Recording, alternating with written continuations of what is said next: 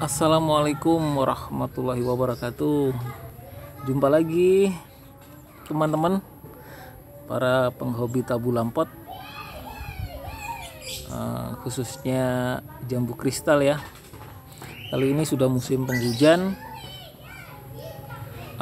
Banyak yang saya alami di musim penghujan ini ya. Karena hujan pertama kemudian langsung panas, jadi pancarobanya luar biasa. Efeknya cukup berarti ya dampaknya. Ya ada yang bagus, ada juga yang nggak bagus. Kalau musim hujannya udah stabil sih enak. Cuman musim hujannya sempat satu kali hujan, seminggu kemudian nggak hujan, jadi langsung panas. Jadi efek ke daun memang seperti kayak ada bintik-bintik gitu ya, ada bintik-bintik. Nah itu ternyata cukup berpengaruh juga ya. Tapi kebetulan yang kita review ini buahnya sudah besar, jadi tidak terlalu berdampak lah, tidak terlalu berdampak. Nah kalau penghobi tabu lampot yang memang dari sisi waktu juga kurang cukup waktunya, ya paling minimal perawatan harian tuh adalah tengok daun lah, atau kalau musim hujannya rutin sih mungkin ya penyiraman tidak terlalu rutin juga nggak apa-apa sih. Nah, jadi bagi teman-teman dengan kondisi musim hujan ini ya bisa menguntungkan bisa juga merugikan ya. Kalau buahnya udah seperti ini sih sudah nyaman. Buahnya seperti ini memang dia udah nyaman. Paling beberapa 1-2 minggu lagi lah kalau mau kita panen. Ini udah terlalu berat. Kalau saran, banyak yang kasih saran, Pak kenapa nggak dibungkus gitu. Jadi kadang-kadang saya itu tidak hanya menikmati buahnya, tapi juga menikmati seninya gitu. Ada kepuasan tersendiri kalau buah itu tanpa kita bungkus terus kelihatan dipandang gitu indah, mengalahkan segalanya lah ya. Jadi jambu kristal banyak sih. Jadi kadang-kadang kalau kami atau saya pribadi, saya memang sih saya konsumsi, cuman kadang-kadang nilai keindahannya itu lebih dari segalanya. Jadi kalau udah seperti ini kan, Pak nanti takut ada digigit apa dan sebagainya. Jadi kepuasan batin sih menurut saya yang utama ya. Jadi kenapa saya jarang bungkus? Jadi kalau kelihatan, biar kelihatan sih, memang biar kelihatan. Nah jadi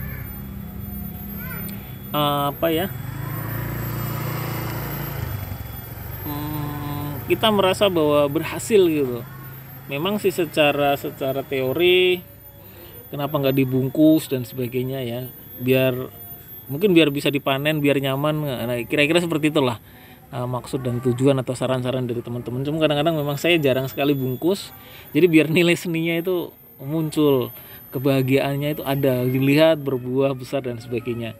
Nah, selama ini sih memang belum ada ya, kecuali yang memang udah pecah dari awal, atau antara jambu satu dengan jambu yang lain itu saling bersentuhan, itu potensinya untuk terjadi busuk besar. Nah kalau ada yang pecah itu kemungkinan ya pasti gagal. Cuman kalau udah seperti ini memang, Pak cobalah dibungkus. Nah, padahal memang biar nilai indahnya itu kelihatan.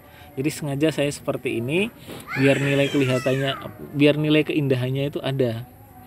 Nah kira-kira seperti itu ya. Jadi teman-teman, bagi penghobi jambu kristal ya, banyak sekali juga saya review. Saya selalu menganjurkan kalau mau budidaya jambu kristal di pot, yang perlu dipersiapkan adalah pemilihan pembibitannya ya. Pembibitannya itu antara 2 cangkok atau okulasi. Kalau pengalaman saya sih di 2 itu sih. Saya coba okulasi itu memang bagus kalau di tanah, dan dia itu butuh waktu yang lama untuk pembesaran batang. Itu problemnya buat saya, karena termasuk saya sebenarnya sih nggak sabar juga gitu. Makanya saya pilih, tadinya saya nemunya cuma batang-batang kecil gitu, agak lama. Nah saya udah nemu batang besar. Nah ternyata ini lebih praktis, lebih cepat dan sebagainya. Jadi batang besar itu buat teman-teman pecinta tabu lampot itu bagus gitu. Batangnya sejempol kaki lah. Batangnya sejempol kaki ini bagus.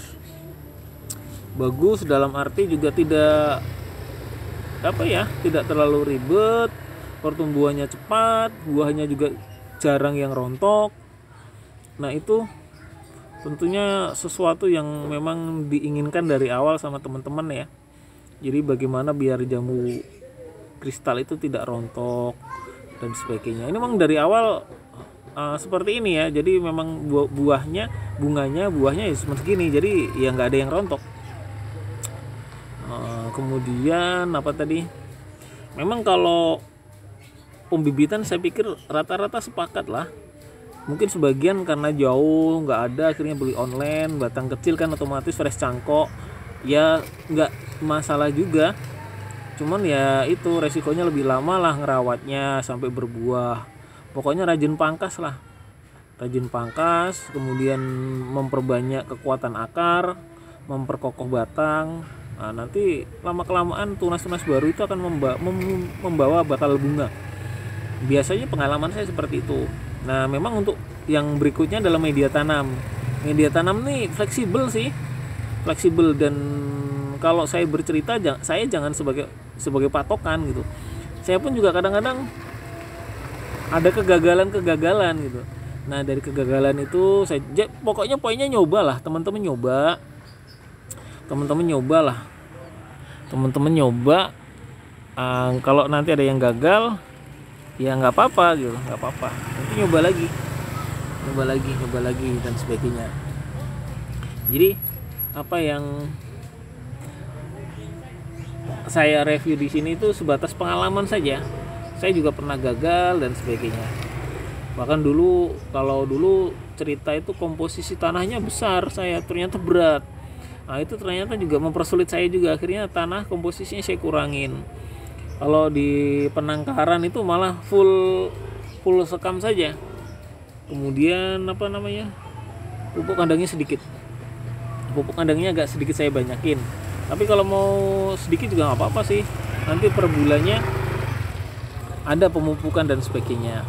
Jadi untuk sekam ya komposisinya variatif lah.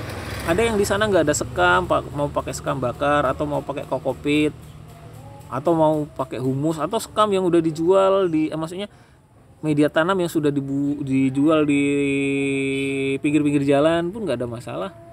Kalau media tanam saya pikir fleksibel, ada pengalaman berbagi, it's okay. Yang penting jangan terlalu lembab. Kemudian potnya ada lubangnya di belakang, di bawah itu harus ada kasih lubang. Tumpukan genteng atau bata merah atau sejenisnya di lubang-lubang tersebut. Jadi pembibitan, media tanam, pot. Nah, yang tak kalah penting dan ini yang memang teman-teman ya kadang-kadang mungkin soal waktu dan sebagainya ya. Jadi perawatan. Jadi kadang-kadang kalau mereka sih kalau ke tempat kami para pembeli itu kalau udah melihat seperti ini ya sudah berbuah. Nanti selanjutnya kok nggak berbuah lagi sehabis dipanen. Nah kondisinya adalah setelah ini dipetik, dipanen, dipangkas saja. Pangkas. Nah nanti dari pangkas itu pasti selang beberapa minggu muncul bakal bunga. Nah setelah tanaman Anda itu dipangkas selang beberapa minggu pasti muncul bakal bunga. Nah, jadi ya itu tadi sih mungkin karena mereka beli karena udah ada buktinya udah berbuah dan sebagainya. Nah padahal sebenarnya juga ya dibilang sulit nggak juga, dibilang mudah nggak juga. Tapi saya pikir perawatan itu menjadi faktor paling utama sih. Apalagi di tabu lampot. Kalau di tanah ya memang tanam liar saja nggak ada perawatan saya yakin kok bisa tumbuh. Cuman kalau di seperti ini di pot ya suka tidak suka memang perawatan rutin itu harus. Entah bentuknya harian, entah itu bentuknya mingguan atau bulanan, ada saja sih sangat diperlukan gitu. Nah di beberapa konten-konten sebelumnya kan perawatan harian itu apa, perawatan mingguan apa, perawatan bulanan apa, itu juga udah saya share. Nah saya juga cuma berbagi ilmu saja di sini. Ya seperti itu. Jadi sehabis panen pangkas rantingnya, pangkas saja rantingnya dipangkas. Nah karakter jambu kristal kan seperti itu.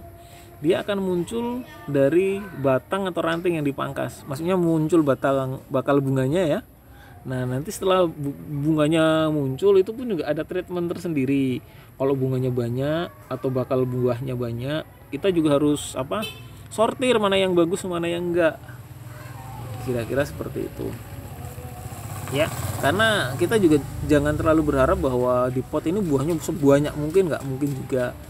Nah, oke ya, karena ini kan selain soal keindahan, ini juga soal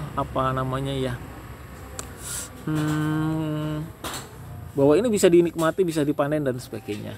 Tapi tetap saja poinnya adalah karena ini di pot, medianya terbatas, saya yakin bahwa bakal buahnya pun juga kita juga harus atur.